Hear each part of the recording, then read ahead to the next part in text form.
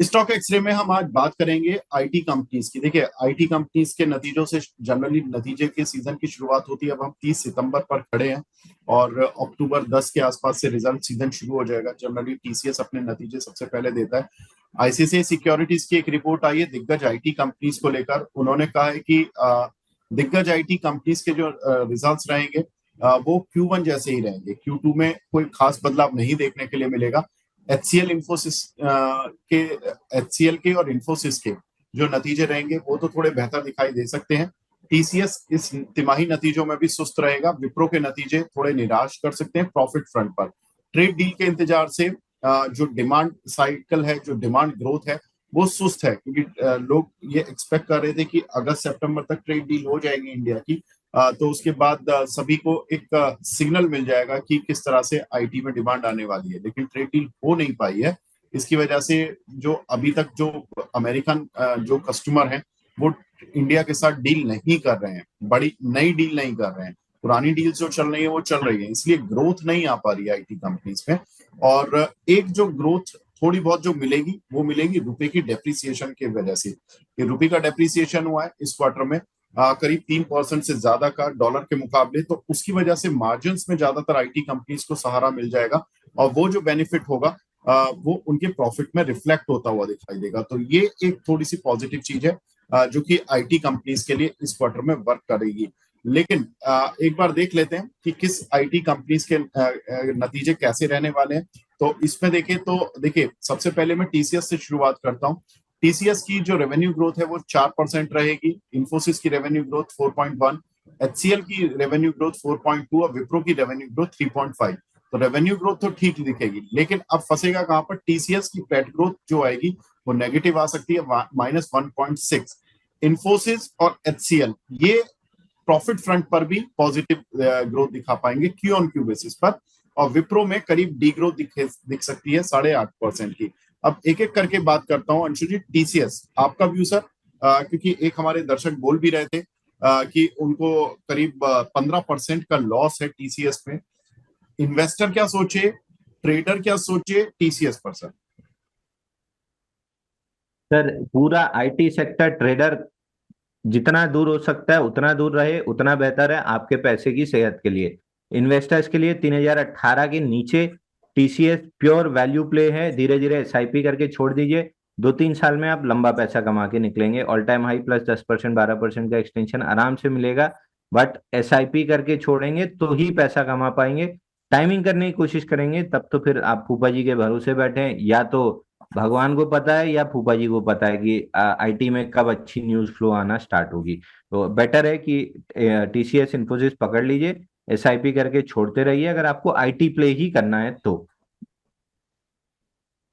ठीक है, तो टीसीएस इन्फोसिस यहाँ पर आपको व्यू मिल गया है इन्वेस्टमेंट वाला। अब अंशुल भाई ये बताइए, विप्रो और एचसीएल इन दोनों पर क्या करना है? देखिए, एक के नतीजे ठीक आएंगे, एचसीएल के नतीजे ठीक आएंगे, विप्रो के नतीजे थोड़े वीक आएंगे। और सर एग्जैक्टली मैं वही कहने वाला था कि विप्रो अगेन नॉट एग्जैक्टली पूरा आईटी प्ले है, थोड़ा सा कंज्यूमर प्ले भी हो जाता है। और विप्रो हमेशा अंडर परफॉर्मर रहा है अगेंस्ट आईटी इंडेक्स। मेरे को विप्रो कभी भी पसंद नहीं आया, तो मैं विप्रो को तो अवॉइड की सलाह दूंगा। एचसीएल टेक और टेक महिंद्रा, जो आपने नहीं भी पूछा मैं ऐड कर दे रहा हूँ, एचसीएल टेक और टेक महिंद्रा ये थर्ड और फोर्थ पे आते हैं।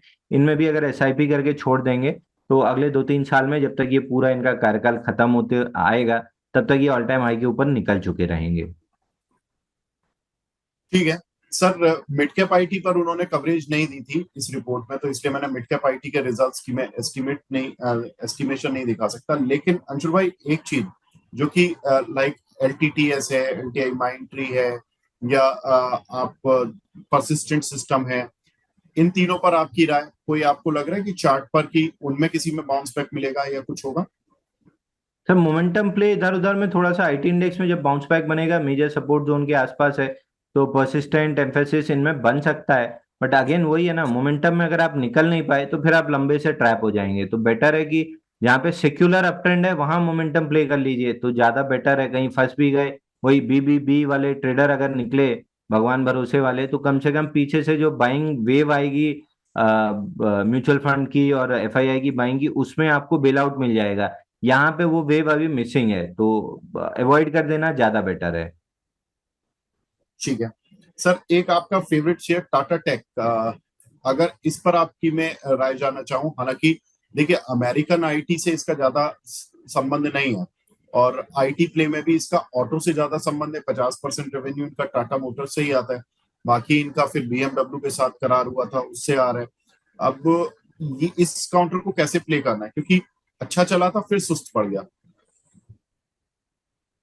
सर मेरे पर्सनल पोर्टफोलियो में तो बाई सेल की सलाह नहीं है, लेकिन हाँ जब भी नीचे डिप में मिलता है सपोर्ट के आसपास, पुट राइटिंग करता हूँ। जब भी रेजिस्टेंस के पास आता है मैं कॉल राइटिंग करता हूँ। बाकी डिलीवरी पोजीशन मेरे पास रखी हुई है, एज इट इज मैंने रख के छोड़ी हुई है। तो मेरे को कोई बहुत जल्दी नहीं है। मेरे को ऑलरेडी 6% में 2 बार निकाल चुका हूँ इसमें से। 2 साल का पैसा तो मेरा निकला हुआ है, 2 साल फंसा भी रहेगा तो मैं मान के चलूंगा कि एफडी के रिटर्न्स मेरे को मिल चुके हैं। तो मेरे को इतनी जल्दी नहीं है उससे निकलने की। ठीक है, वो सपोर्ट और रेजिस्टेंस बता दीजिए अंशुल जी, लास्ट क्वेश्चन।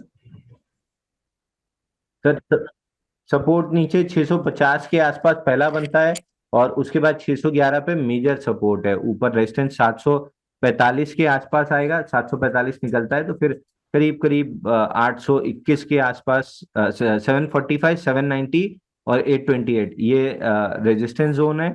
और सपोर्ट जोन पहली है 660, 660 के आसपास गैप था वो फिल हो चुका है। अगली जो सपोर्ट जोन है 629 की है। तो ये नीचे सपोर्ट जोन के आसपास मैं पुट राइटिंग स्टार्ट करता हूँ, रेजिस्टेंस जोन के आसपास मैं कॉल राइटिंग स्टार्ट करता हूँ। ठीक है अंशुली, तो ये रही आईटी कंपनीज के नतीजों से पहले एक लेखा जोखा कि हमें आईटी कंपनीज के शेयरों में क्या करना चाहिए। विप्रो, इंफोसिस, टीसीएस और एचसीएल, इन चारों के नतीजों के अनुमान आ गए हैं। आईसीआईसीआई सिक्योरिटीज ने दे दिए हैं अनुमान। रेवेन्यू ग्रोथ 3.5 से 4% की देखने के लिए मिल सकती है। वो भी इसलिए दिखेगी क्योंकि क्रॉस करेंसी और जो रुपी डेप्रिसिएशन का बेनिफिट है वो आपको रेवेन्यू ग्रोथ पे दिख रहा है। पेट ग्रोथ में केवल इंफोसिस और जो एचसीएल है वो पॉजिटिव रिजल्ट दिखा पाएंगे। टीसीएस और विप्रो जो होंगे वो नेगेटिव पैट दिखाएंगे, और एचसीएल और इंफोसिस के पॉजिटिव पैट आ सकता है। ये आईसीआईसीआई सिक्योरिटीज के अनुमान है। उन्होंने अभी अपनी कवरेज लिस्ट में 4 ही दिग्गज आईटी शेयर लिए थे, तो बाकी जैसे जैसे मिड कैप आईटी और ओवरऑल आईटी पर बाकी ब्रोकरेज हाउसेस के भी अनुमान आएंगे, वो भी हम आपके साथ समय समय पर साझा करेंगे। लेकिन फिलहाल स्टॉक एक्सरे और बीच बाजार को यहीं पर एक ब्रेक देने का समय आ गया। अंशुल जी, आप हमारे साथ जुड़े, बहुत बहुत शुक्रिया सर हमसे जुड़ने के लिए, अपना कीमती समय देने के लिए। Thank you. Thank you sir.